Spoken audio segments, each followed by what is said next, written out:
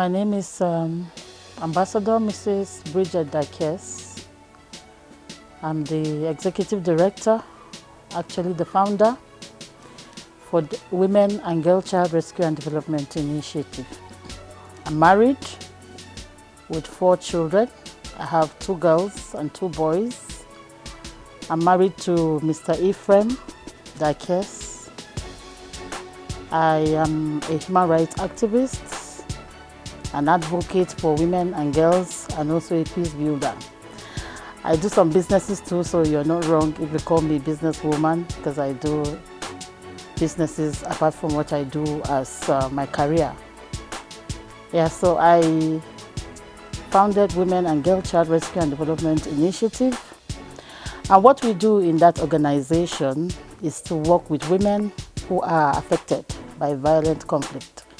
In communities, we have been working in Plateau State, but we're also working in Adamawa State, and of course, Nasarawa State on our peace building projects, and particularly our women empowerment project. We are focused in Plateau State. So we work with women, we work with girls, we also mentor young women and girls. Yeah, so basically I am a graduate of philosophy and religion from the University of Jos. I also went through a lot of courses. I will just mention but a few. One of which I read social sector management for profit and non-profit enterprise from the Lagos Business School. That was a collaboration of Lagos Business School, Enterprise Development Center, and Pan Atlantic University. I also ran other peace building courses like peace and conflict resolution, sexual exploitation and abuse, Martin Agwai International Peacekeeping Center, Jaji, Nigeria. So I ran so many other courses that has to do with my career. You know, I had been trained by the Nexus Fund. That was a training for peace builders, mediation, the prevention of violent extremism, early warning, early response mechanism. So we've done all of those trainings with the Nexus Fund, with the Peace Tech Lab, and so many other courses that I have gone through.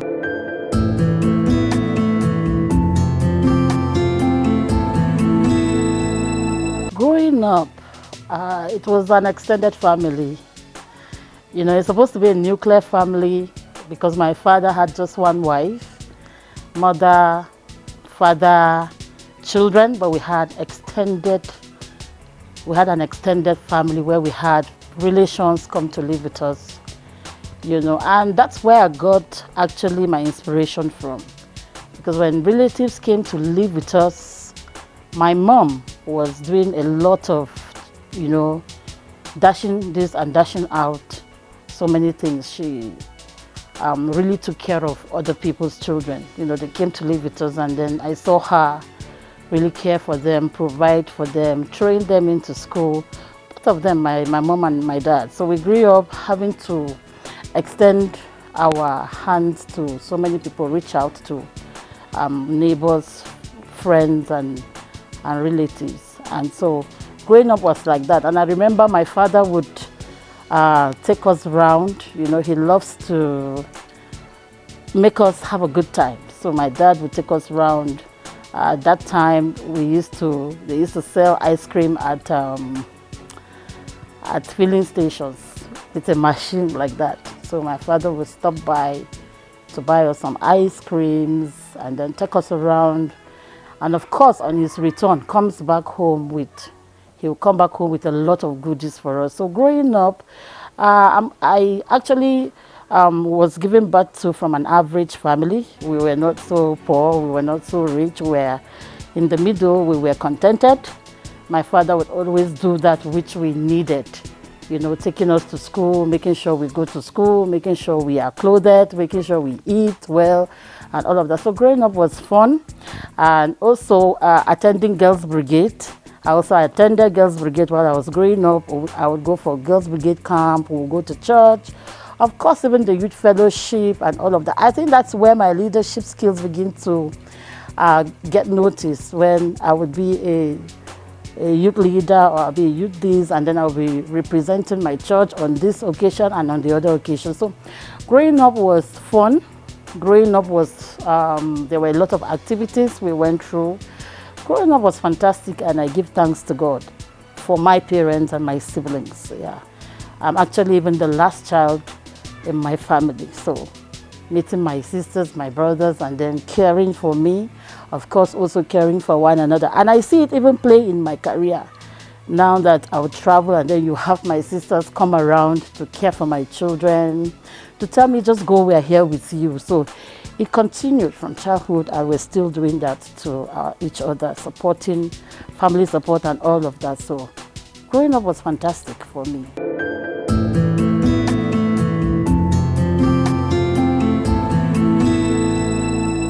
For me, advocating for the rights of women and girls has been a passion.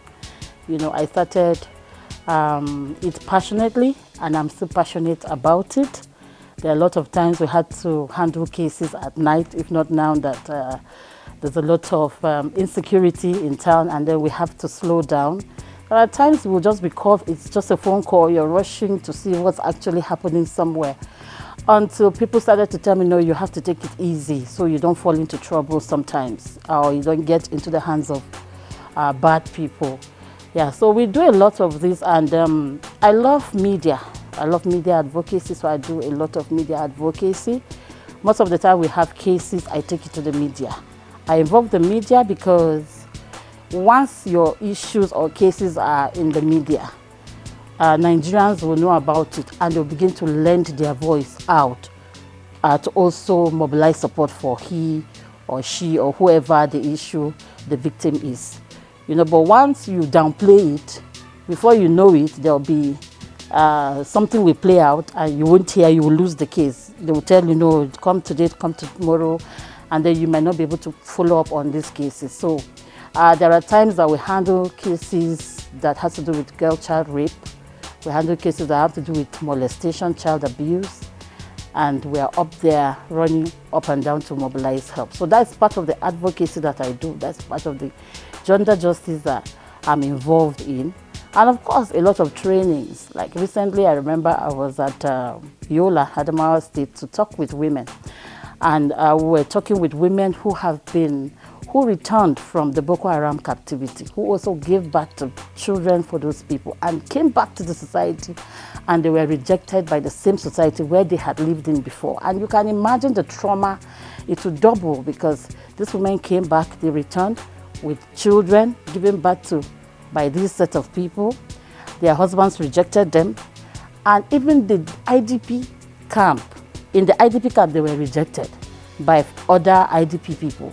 So you can imagine the trauma. So when you sit down sometimes and imagine what these people go through, you'll be left with nothing than to be advocating for the rights of people, and you will left with nothing more than to continue to advocate and create awareness for people to see the need to accept these people into the society, because where else would they go to if they are not accepted by the society? So some of these things drove me into continue to be my strength as I walk in the field that I have found myself, and that field that God has called me. I believe that it is a calling, because I'm doing it passionately, you know, and if it is not your calling, you will get tired and you will have to, retire. But God has been my strength, you know, all of this time as I go into my career. As I go into this calling, God has been my strength, and I will continue to advocate for the rights of women and girls, and I will also continue to work in conflict-prone communities to prevent further damages or further causes of conflict.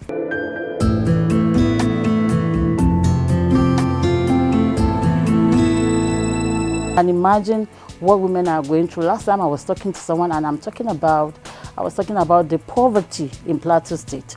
Most of people who are affected by poverty in this state are women, because once the man cannot afford it, women too cannot will not be able to do something. And that is why we go out of our way to train women to be self-reliant, to be self-employed, to have something to do, you know, because our life will not have to always depend on our husbands. You know, when the husbands are not there, what happens to the woman? And if you look at it at family level and even in the community, women are the greatest reservoirs of knowledge. God has blessed us with so much. We are able to do a lot. We are multitaskers. We can do a lot. As I'm speaking to you right now, I have done so much before you came. If I put the list for you, you will be amazed what I had achieved this morning before even getting to sit down here. So women are doing a lot. So why should they be this gender that are most neglected by the society when we have a lot to offer? When we are a bank of knowledge, we are a reservoir of knowledge. We can do and make things beautiful. We are the ones that train up these children. We are the ones that have eyes in the society. Apart from the security men, next are women. Or let me even put the women before the security men. Before a security officer will notice something going on, a woman has already seen it. You know, so women need to be able to speak out. Women need to be able to lay out complaints. Women need to be able to say those things that disturbs them. And issues of women need to be met because it's very important. You can imagine society without women. So women are the greatest gift that humanity has.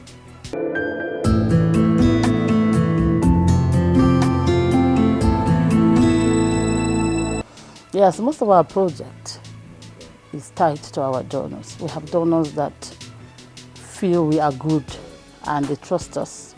So they give us grants and we're well able to report. So they continue to give us grants, you know. And when I started, it was my fund, it was from my pocket. I am still working with my money, you know, because it's not every intervention that comes to you that you have to use donor funding. Donor funding comes with its own budget. You have to face that one and work strictly with that budget. What if somebody comes to your door and tells you she doesn't have food? You can't go back to your donors and say, I have somebody at my gate, she doesn't have food. It is for you to go out of your way to do what you have to do humanly. So we've been doing that, you know, and I thank God for the grace and the enablement to be able to do that. Yeah.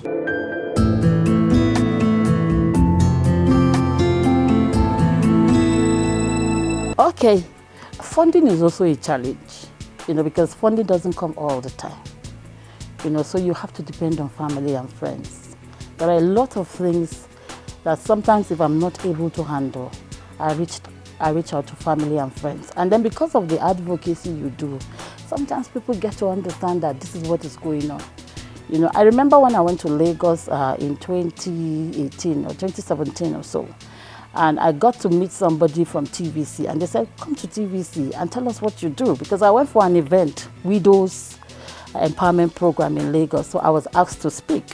So as I was speaking, somebody came there and said, you're from Jos, and you talked about IDPs, you talked about widows, you mean this is how it is in Jos? We didn't know.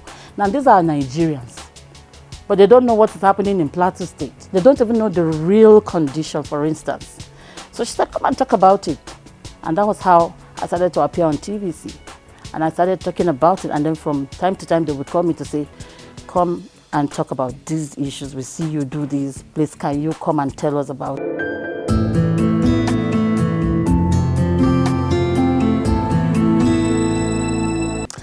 I've had to answer these questions many times, and my answer always is the same. If you are passionate about something, you will strategize. You will have a strategy on how to go about it, and you'll be able to balance it up. As far as I'm concerned, I have a balanced life, and I have a balanced way of approaching what I do. This job I do is very tasking. It can be very demanding. I travel here and there, but you will look inwardly and put things in place. You will put things in order in your family. And I'm also appreciative that the husband I married, my own husband, he doesn't have an issue with what I do. He feels, okay, it's your passion. We see it all around her. The only thing we can do is to support her. So he doesn't, if I'm traveling, he doesn't ask questions. He just knows that, okay, this is what she's traveling for. I will always know that she has traveled. She will always tell me what she has gone to do. She's a very open person. I am a very open person. And then, of course, family support, I keep talking about it. My family has rallied around me. They see that joy and that fulfillment in me once I'm able to do the things that I have to do. So it's contagious. It's contagious. So they just also want to be a part of what I do, directly or indirectly. They will say, okay, if you are traveling, I'll come and be with your children. And they'll be with my children. And I'll leave my car behind. And they'll take my children to school. They'll bring my children back. It's a normal thing that they would have done if they were at home in their own houses, that they will come and do. After all, we are one family. So I also have people who also walk around, come walk and then they leave, that are like employed. Yeah, so everything is just balanced. And come to think of it, my children are not backward in school. Somebody said, I see that you always celebrate your children's achievement, academic achievement. And I also see that you travel a lot. How are you also able to balance up? No matter how late, I check their homework.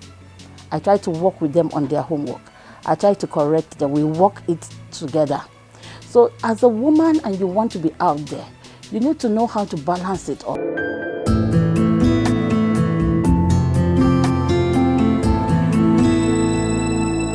In the next 5 years, we have a strategic plan. Every organization should. We have a strategic plan that will end us for 5 years. And we are second year into our strategic plan. And one of the items in our strategic plan is to be able to see that more than 50% of women get empowered in Nigeria. We can do it any which way. By advocacy, physical advocacy meetings, media advocacies, one-on-one meetings with the key stakeholders that have the strength to make it happen. In this country, we have people that can make these things happen. We have people that can decide if we put our heads together, 100 women can be empowered in 2 days. We have them in this country. But when they seem not to understand it, what do? You remind them by a simple advocacy. So that's what we are saying. We are anticipating that more than 50% of women in Plateau State will get empowered.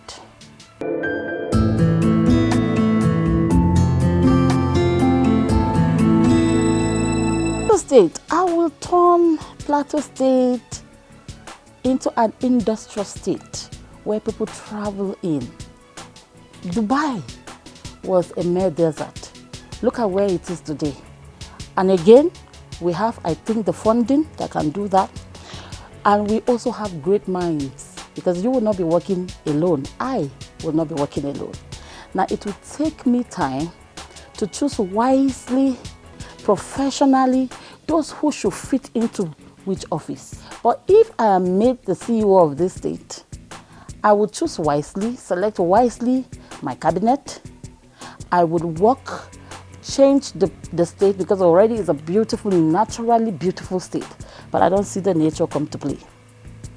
What is, for instance, Plateau State is a home of peace and tourism. The tourism part of Plateau State is missing. And do you know what tourism does these days? It brings income into.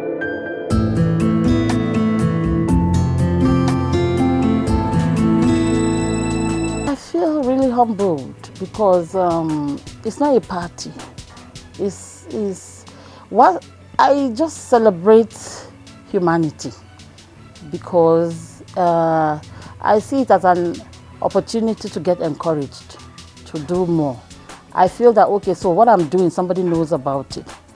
You know, there are many things we do, we don't put it on the media. But how do you get to know that we do this and we do that?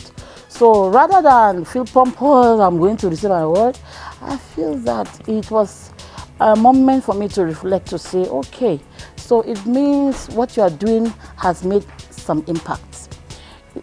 Impacts are felt. Because if impacts are not felt, you will not be reached out to. So I believe that it came naturally. I believe that I did not manipulate anything, and I know that you are not manipulating anything yourself. Yeah, so it came to me naturally, and it has humbled me. Yeah, I have had other awards internationally, locally. And I feel that it is part of what I do that announced the awards, not really something to party about. So I feel really elated. I also feel very humble, and I feel that it is an opportunity for me to pledge again my allegiance to what I believe in. Yeah.